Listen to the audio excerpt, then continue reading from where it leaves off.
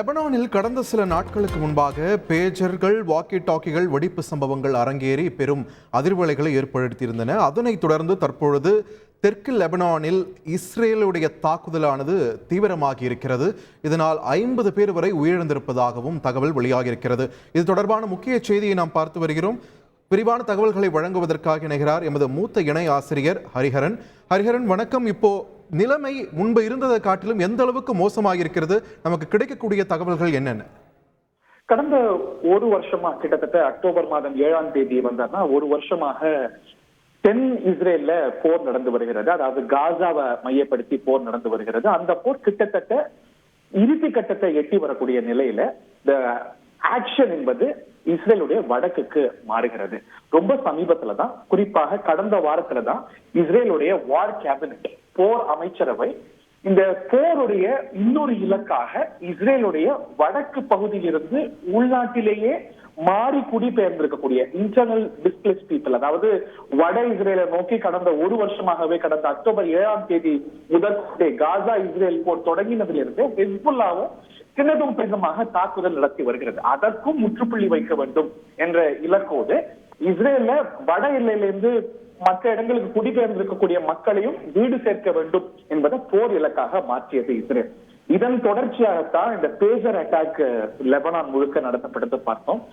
பேஜர்களை பயன்படுத்தி வந்தாங்க ஹிஸ்புல்லாவுடைய மூத்த நிர்வாகிகள். அவர்கள் குறிவைத்து ஒரே நேரத்தில் தாக்குதல் நடத்தப்பட்டது. சேட்டலைட் போன் தாக்குதல் நடத்தப்பட்டது. அதுல சிவிலியன்களும் கூட இறந்து போனாங்கிறத பார்த்தோம். இந்த நிலையில இஸ்ரேலுக்கும் ஹெஸ்புல்லாவுக்குமான தாக்குதல்கள், பதில் தாக்குதல்கள் அதிதீவிரமாக இருக்கின்றன.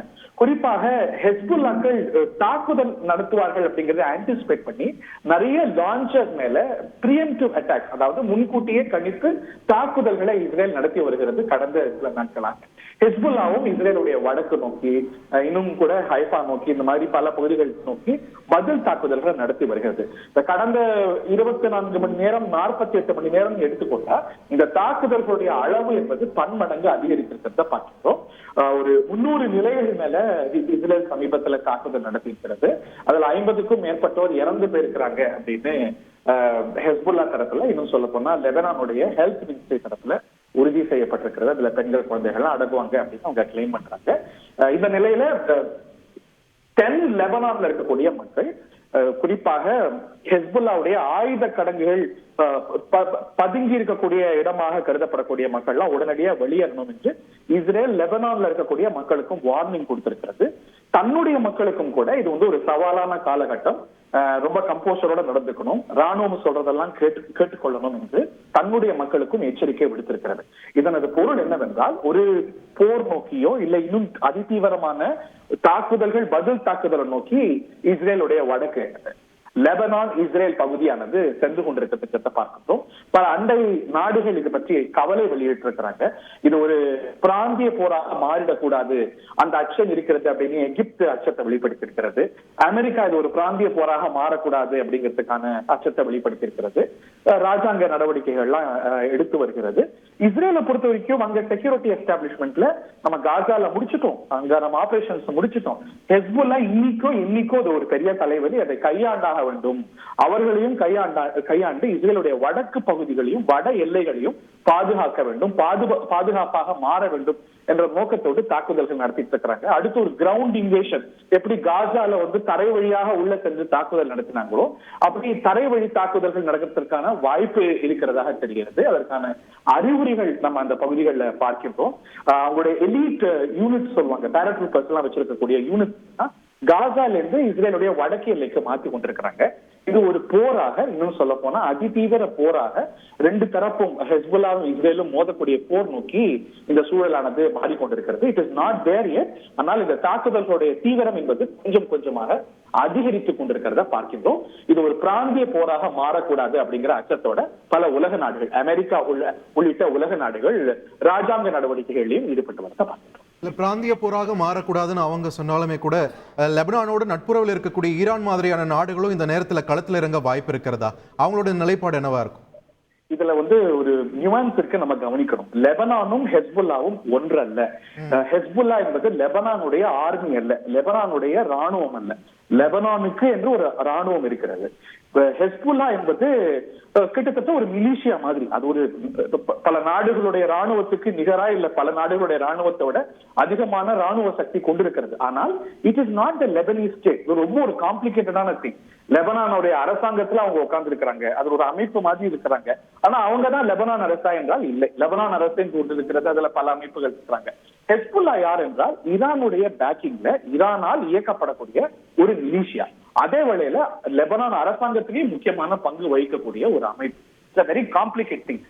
இப்போ வந்து போர் என்பது ஏற்பட்டாலும் கூட அது லெபனானுக்கும் இஸ்ரேலுக்கும் அல்ல, ஹெஸ்புல்லாவுக்கும் லெபனானுக்கும். ஹெஸ்புல்லாவுடைய ராணுவ பலம் என்பது பன்மடங்கு. இப்ப நீங்க வந்து ஹமாஸ சொல்றோம் இல்லையா, ஹமாஸ் கிட்ட உதாரணத்துக்கு ஒரு 20,000 ராக்கெட் இருக்கிறது என்றால் ஒரு கணிப்பு என்னவென்றால் ஒரு 1,50,000 மேற்பட்ட ராக்கெட்ஸ் அண்ட் மிசைல்ஸ் ஹெஸ்புல்லா கிட்ட இருக்கிறது.